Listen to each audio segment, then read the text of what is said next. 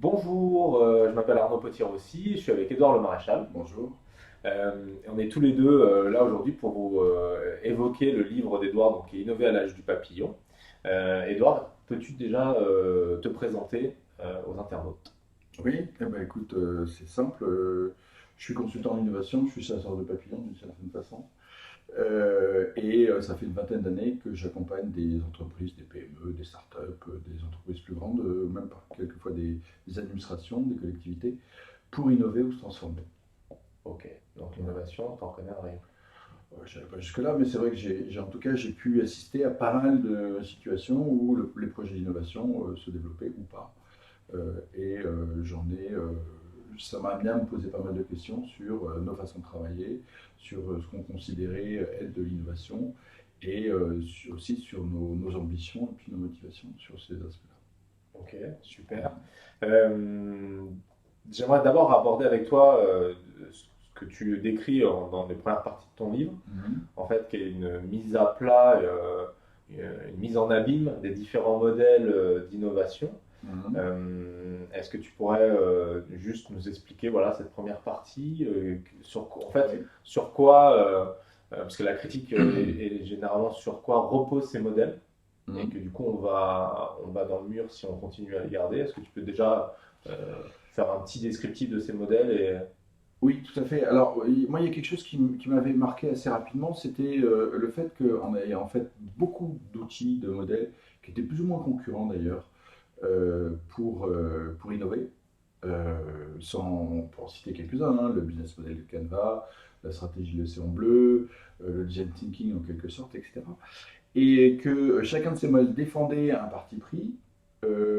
Pour les avoir tous plus ou moins utilisés, je me suis rendu compte que ce parti pris était assez bien défendu, mais dans tous les cas, on se retrouvait dans des situations aussi inextricables et complexes quand on utilisait ces outils, et très souvent avec les mêmes types de blocages, alors qu'ils avaient l'ambition d'appuyer sur des problèmes différents.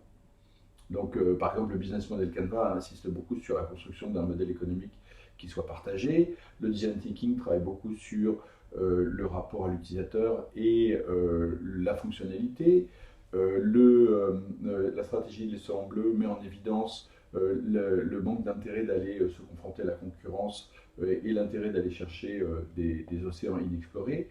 Toutes ces idées me paraissent intéressantes et me paraissent vraiment très pertinentes, mais comment ça se fait que systématiquement, ça aboutisse à un taux de succès très faible, finalement, dans tous les projets qu'on a. Donc ça, c'était ma question initiale. Et au bout d'un moment, je me suis demandé, mais est-ce que finalement, il n'y aurait pas le même problème, la même erreur, si je puis dire, ou le même parti pris dévié dans chacune de ces méthodes. Mhm. Et comme elles sont très différentes, ça a été à la fois facile et difficile de faire émerger cette dimension-là. Et je me suis rendu compte qu'elles reposaient toutes quand même sur une même forme de philosophie ou d'idéologie ou de compréhension de ce qu'était l'innovation. Et cette définition d'innovation qu'elles adoptent a priori, c'est une définition qui est très ancienne. Et du coup, je me suis demandé, est-ce que cette définition n'est pas un peu obsolète? Mhm. Et en creusant là-dessus, je me suis rendu compte d'une part que non seulement de temps en temps on oubliait pourquoi on innovait, mais qu'en plus on considérait que l'innovation c'était toujours euh, quelque chose qui devait apporter un progrès rémunérateur une amélioration qui soit relativement continue. Mhm. Or, aujourd'hui, j'ai quand même l'impression qu'on n'est plus dans une situation où on peut accepter d'aller sur une ligne droite et de continuer à reproduire ce qu'on fait. D'ailleurs, les entreprises, pour beaucoup, en ont conscience. Mais comment ça se fait que du coup, on utilise des méthodes qui nous indiquent des moyens d'avancer qui soient sur cette approche de continuité? Voilà, donc je suis arrivé à cette première conclusion qui était de dire peut-être qu'on a une définition, une compréhension d'innovation qui est biaisée par finalement une histoire qui nous a construit le projet innovation ou l'objet innovation dans un monde qui était en croissance relativement continue. Ok. Voilà. On va aborder un deuxième thème. Mhm.